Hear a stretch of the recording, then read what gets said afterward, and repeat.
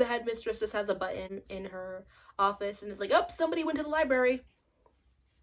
Call the police. Hey, I'm Kate, and you already know what we're doing today. So Winx episode 5. Okay, so I was really excited for this episode because Stella has a date with Sky. So all the girls are helping her get ready, and she puts on this really cute dress and she goes out on her date. Stella gets back later that night, but something is a little off. Stella's just really crabby. Bloom goes to the dorm after class to check on Stella, see if she's okay. Stella tore the room apart looking for her ring. Now, here's the thing about this ring. Before Stella went on her date with Sky, she gave the ring to Bloom, her magical ring. She gave it to Bloom, and she said, hey, hold on to this while I'm on my date. And Bloom says, okay. So, it's really weird that Stella is turning the room upside down looking for the ring that she knows that she gave to Bloom. Stella attacks Bloom and jumps out the window. I'm not kidding. She breaks the glass and she jumps out. But it's okay because she's a fairy. She can fly. It's alright, guys. It's okay. So the Winx girls, trying to figure out what's going on with their friend, they find Sky and they're like, hey, what happened last night? And Sky's like, I didn't even ask Stella on a date. Like, what are you talking about? So when Sky is no help, they go into the city to find her, and this mysterious guy tells them, hey, listen, I know where your friend went. She went to this place called the Black Lagoon. So the girls go there and they find out it's a trap. Turns out Stella was actually Darcy in disguise the whole time. And the mysterious guy was not the troll, which is crazy considering the fact that I'm pretty sure last episode they fired him or something. I know that they got rid of him. I'm pretty sure that happened. So he's back now? Okay. The episode ends with the Tricks blackmailing the Winx, and they're like, listen, either you give us the ring or we're gonna Stella. So, Bloom gives up the ring to save her friend. And that's how the episode ends. Okay, now that I'm done talking about what happened in the show, let's talk about what I think about this episode. And first of all, we didn't even get the date between Sky and Stella, and I was so excited for that date. Like, all of the last video I was talking about, oh, the next episode's called Date of Disaster, and we get to see like a little romance between Sky and Stella, and maybe even Bloom and Brandon, but then we don't even get the actual date. I'm disappointed. No one spoil anything, but in the comments, please tell me if we do get to see a date between Sky and Stella at some point, because I like that ship. I love that ship so much, and I want to see it blossom, or bloom, as some people might say. Please keep watching, please keep watching, please keep watching, please keep watching. I wasn't aware that Tekna is an actual robot. All of a sudden in the episode, she was saying how, well, I need to recharge my batteries, or when Sky's like dog jumped on her and she's like, please turn your dog off. Please turn your dog off. And I was like, wait a minute. So she's not an actual, of course they're not humans because they're fairies, but I thought she was still like some sort of human kind, I thought she was like a living organism with cells. So is she not? Is she a robot? Is she part robot? I don't know, but apparently she has some sort of mechanical element to her. When Stella was attacking Bloom, it made me realize just how dangerous it probably is to live in the Magic's world. Like living in our world is pretty dangerous on its own, but imagine, you get into a car accident with someone and the person is, really upset and they literally just light you on fire or something, just with their bare hands. That's insane.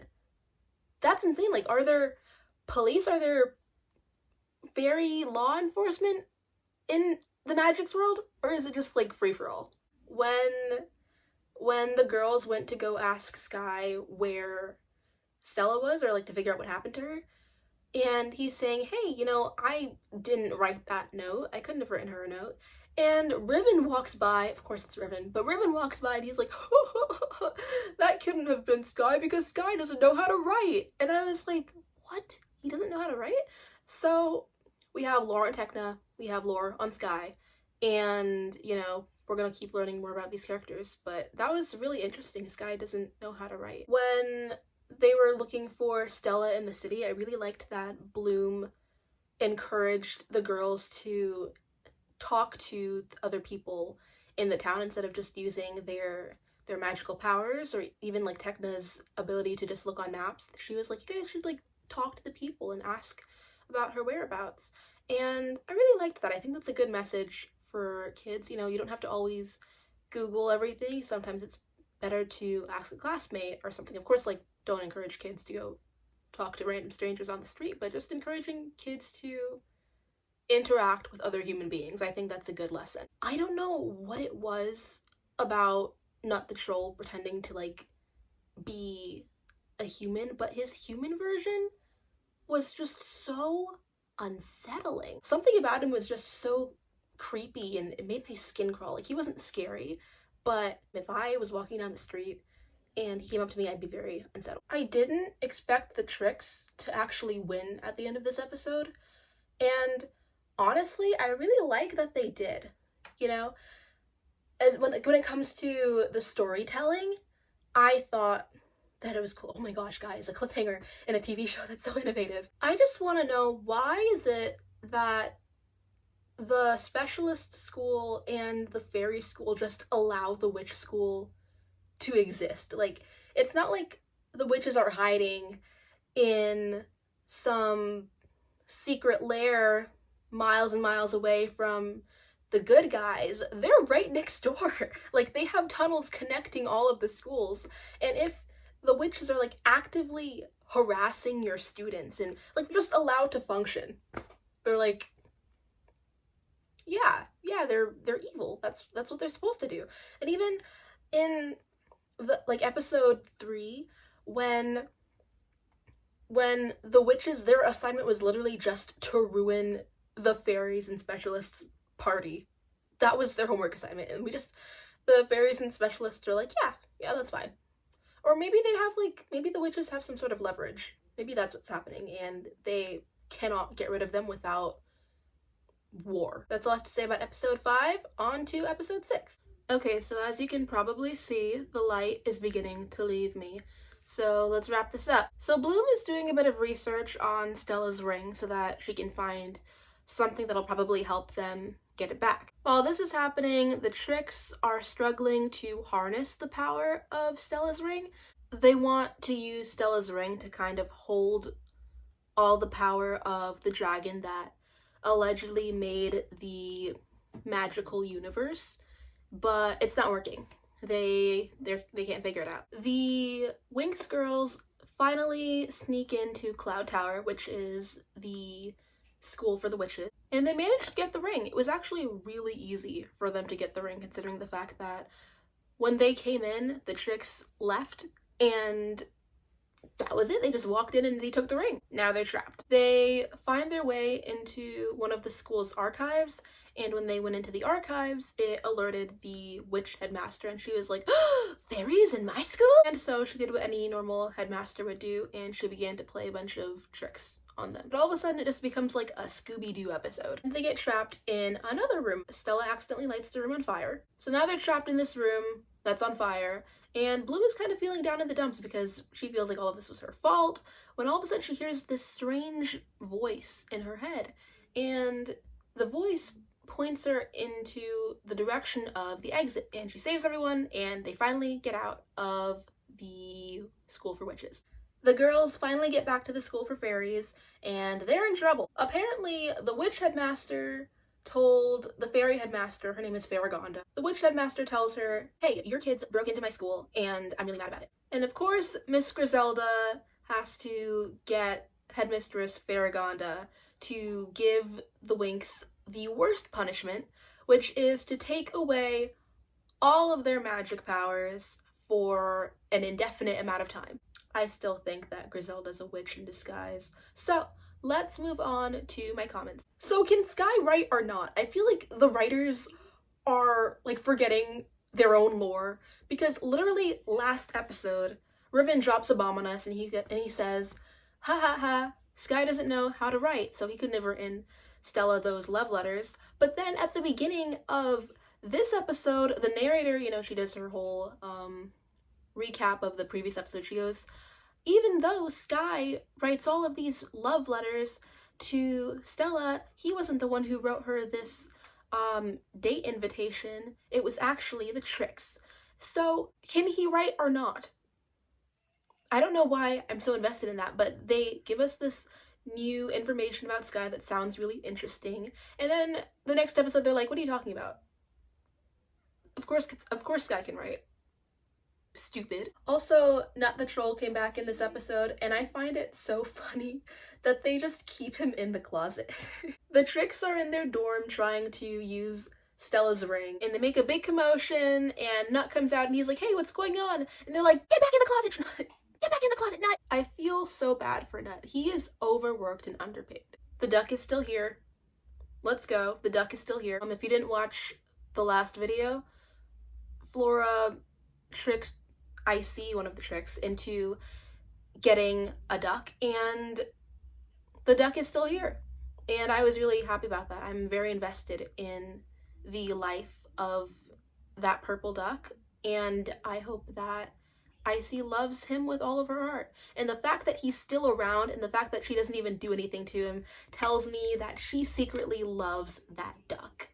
And one day we're gonna see just how much she loves the duck. I hope that there's an episode where the Tricks have their own plot to themselves, and the plot is just that they lost the duck, and Icy actually really happens to like the duck, and so they have to go on a big journey to find it, and they're like, Icy's not that bad after all. That better be an episode. Like, you guys have 6 seasons to play around with. There's at least one episode that you can save for Icy and the duck. I beg, please. That is my request to the show that ended 10, 15 years ago. Also, side note, the Tricks just have a really nice dorm room. Like, say what you want about the witches, but they are well funded over there. Like, they have some really nice dorms. Someone commented on the very first Winx video that I made like a year ago, almost 2 years ago, that at some point I'm gonna get tired of all of the transformations because there's just so many of them in the show, and that has yet to happen. I love the transformations. They get more and more elaborate with every single episode, and I'm loving it. I don't see a future where I get tired of seeing the transformation. I just need to rant about Griselda again. She sucks. And I know she's supposed to, but I can't figure out which character I dislike more. Like, you know what? No, that's a lie. I definitely dislike Miss Griselda more than Riven. Like, he's like the misunderstood, black-haired side character in an anime. He's like really mean to the main character, but then you end up like learning his backstory or something, and you're like, okay, well, you know what? Maybe he's not all that bad. That's how Riven walks in the end credit scene. So I know that there's some redemption arc somewhere in this 6-season show for him. So there is hope for him. Miss Griselda, on the other hand, no. I 100% think that she's working with the witches, especially because it wasn't even Miss Farragonda who the witch headmaster reached out to. It was Miss Griselda. And why is it that you're reaching out to Miss Griselda and not the headmaster of the fairy school? So, I think that's weird. And then on top of that, it was Miss Griselda who wanted to like get rid of all of the fairies' magic. Something about that just seems a little suspicious. I think that she's working with the witches. Maybe Miss Griselda is a fairy and a witch. Maybe you can choose sides. I honestly think that Farragonda doesn't even know that the witches are bad, because the way that they speak about Cloud Tower, it sounds like they're chill. They don't have any problems with the witches, but the witches have problems with them. And also, like, they didn't even invite the witches to their opening year party a couple episodes back. They have some sort of conflict with the witches, but they don't think that the witches are trying to harm their students. It's really weird, but I think that Farragonda, the headmaster, is a puppet, and that she doesn't really know what's going on. I think that Griselda is controlling her, like a Jafar. I wonder if the fairies and the specialists also have their own archives. Like, we see Bloom in the library at Althea, the school for fairies, but something feels different about the one in Cloud Tower. Like, why is it that the witch headmaster gets alerted when somebody enters the archives? Like, it's bad to be in there. So maybe that's why the specialists and the fairies have allowed the Cloud Tower students to do what they want for so long. Maybe the archives are their leverage. Also, who did Bloom hear? I think that Bloom heard her mom's voice because it was very sweet and very calm and nurturing, and she's like, hey, this is the way, don't be afraid. So I think that it's her mom, like her real mom, who is actually a fairy, and we're gonna learn more about her and her lore. So that's all I have to say.